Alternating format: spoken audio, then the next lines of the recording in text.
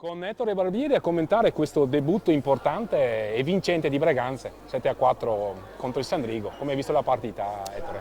Beh sì, sicuramente alla fine il risultato ci ha dato ragione, abbiamo anche preso qualche gol di margine, però nel contesto la partita è stata combattuta perché è stata una partita difficile. Il primo tempo è finito 1-0 con un rigore, quindi equilibratissima.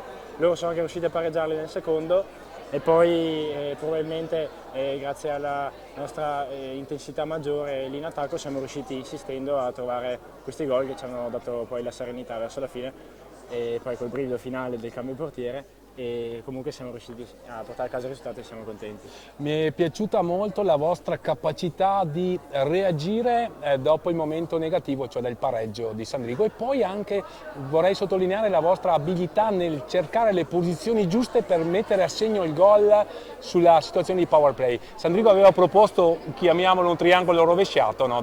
Con due vertici alti, e voi siete stati bravi a trovare il pertugio giusto.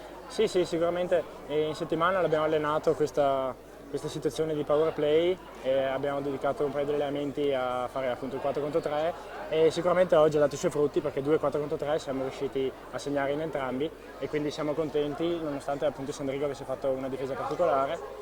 E per quanto riguarda la reazione siamo contenti anche di questo aspetto perché ci sono state partite in cui invece era proprio l'aspetto che ci mancava, reagire, e quindi il fatto che sia avvenuta questa reazione nell'aprire il campionato dà ben da sperare per il proseguo della stagione.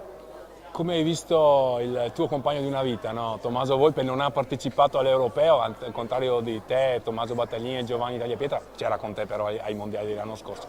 Questa sera ha reagito da leader morale di questa squadra, assolutamente. Sì, certo, come hai detto te in settimana, leader tecnico, e oggi ha avuto anche una bella soddisfazione perché ha messo a segno 4 reti e sono contentissimo per lui, e che sì, può essere stata per lui una batosta non essere stato convocato all'Europeo, ma sicuramente quest'anno, come noi tutti, dobbiamo essere uniti e fare un campionato da 2 da protagonisti, tutti insieme, e quindi sono contento per lui per stasera. Divertendovi e divertendo il pubblico che vi ha applaudito ripetutamente. Beh, l'appuntamento per il gol per Ettore Barbieri è solo rimandato, no? Sì, certo, questa sera non è arrivato, però conto di farle già la prossima e sempre da lì in avanti. E allora in bocca al lupo, grazie e buon Grazie proseguimento. Fausto. Ciao. Ciao.